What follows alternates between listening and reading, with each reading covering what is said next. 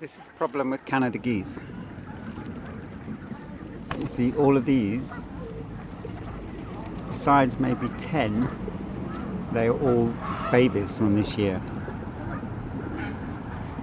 See it over here, difference in size. So the majority, this is a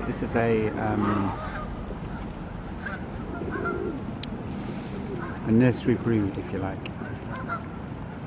Now they need to be replaced. If you go down to Milton Keynes, they don't really have so many Canada geese. They have grey lags, I think they're called, or grey legs, which are a native goose, very similar to the Canada goose, and they're often found together.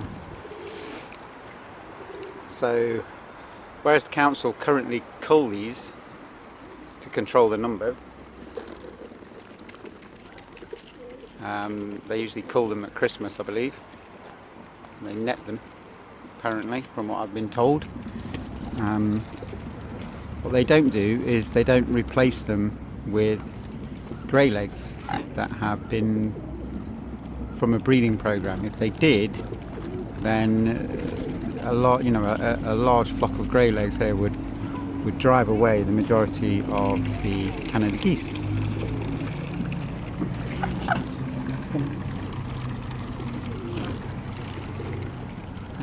And then we'd have a more natural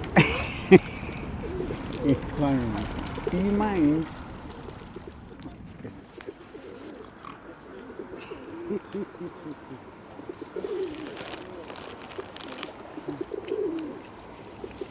Swan, what you doing?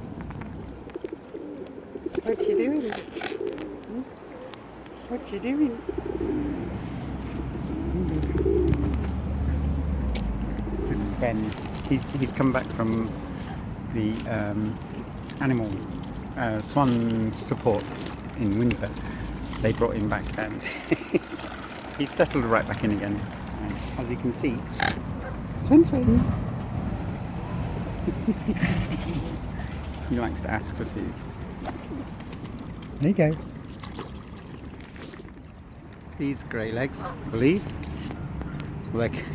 although they could be a crossbreed, because they seem quite young, so they might actually be a cross between an English and a Canadian. They look like young. They look like young grey legs. See that one there? Has been something's happened to him. That looks like a rowing injury.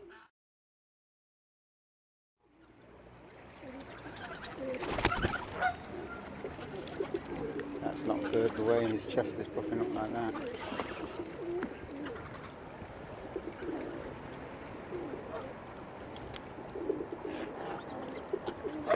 I think that was I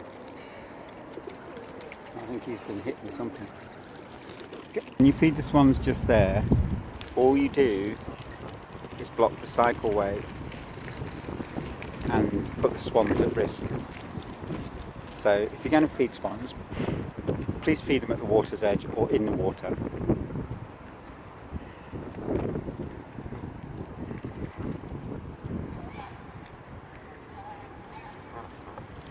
I'm worried about this fella. Oh, he's onto his breast. Why am I feeding them now? No. So why are you harassing me, telling me not to feed them? I'm making a point to you. The fact is, our people have got to go down here, trim this up, particularly at the present time. Right, but I feed them down there. I know, but they're not doing that. I'm not feeding them here, am I? No, you are. No, I'm not feeding them here. I'm not feeding them here. So why have you come up to me to start telling me not to feed them? People that I'm responsible for in this club. But I'm not feeding them here. No, you're not feeding them people. They will get out if they see you here because they know. All right, so now you're saying I can't sit here because the swans. I'm not. Well, you're not making a point. What you're doing is being aggressive for no reason. Well, I'll tell you what you can do if you're so concerned about the health of your people. Get a hose and hose it down. And I'm the bloke who does it. Well, why are you harassing me then? I don't even feed them here.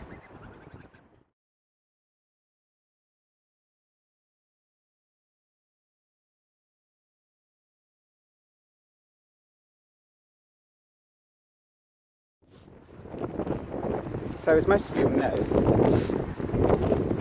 I feed the swans down there.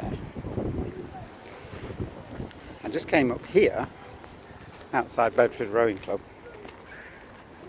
to look at a goose which seemed to be choking on a load of bread that people had fed him, and to look at an injured an injured goose which looked like being struck by an oar. I think he's got broken rib cage. I've never had any hassle from the rowing club, and I don't even know for definite that the guy who claimed to be from Bedford Rowing Club is actually from Bedford Rowing Club. He might just be an idiot saying he is. But apparently he's the one who, he just come up to me. I was just sitting here. I was actually kneeling here. And he come up to me and he said, please don't feed them here. Please don't encourage them out of the water here, because they make a mess. And my people need to clean them. It's dangerous to the health of my people, because apparently swan poop is, I don't know, a toxic residue that carries some type of residual pathogens that are going to wipe out the human population. The fact that swan poop is an organic fertiliser is neither here nor there. So as you're here in the I routinely put my phone on record now when people start to harass me, because it just protects me from false allegations which have been made in the past. So this guy comes up to me and he says, stop feeding, don't encourage them out of the water here. And I said, but and he said, you shouldn't feed them. And I said, I'm not feeding them. So he said, well, you shouldn't feed me.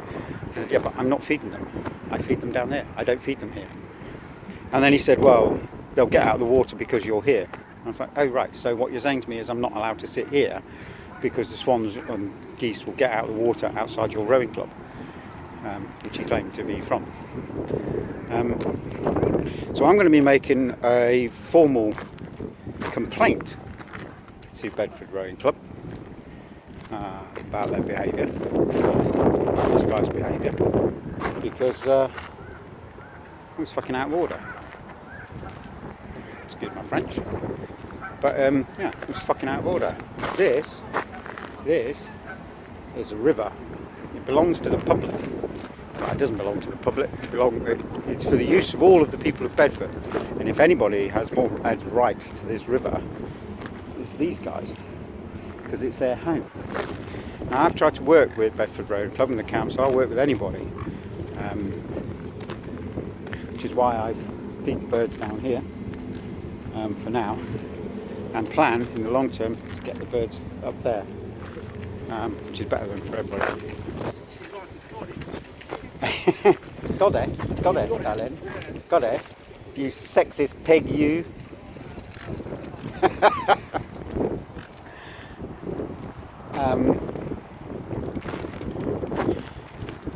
Yeah, so I've been trying to work with the council to get the swans away from this area, because it's bad for them. It's bad for them, and it's not brilliant for the rowing club. Now, if I wanted to be really pedantic to this very rude, a very arrogant man with a large sense of entitlement, who's just harassed me for sitting on the floor outside the rowing club, if I wanted to be as bad as you, sir, what I would say to you is the speed limit on that river, on that bridge, and the speed limit on this river is 4 miles per hour.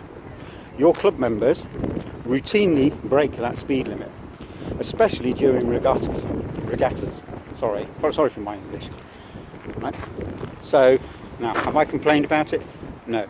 What I've tried to do is work out a way in which everybody can use the river to everybody's benefit, which is why I'm fully supportive of trying to build a Olympic size rowing course on the edge of town, so that people who want to do speed racing or speed rowing can do so safely and in an appropriate manner, which doesn't endanger or prevent anybody else from using the river, and doesn't endanger the life of innocent wildlife.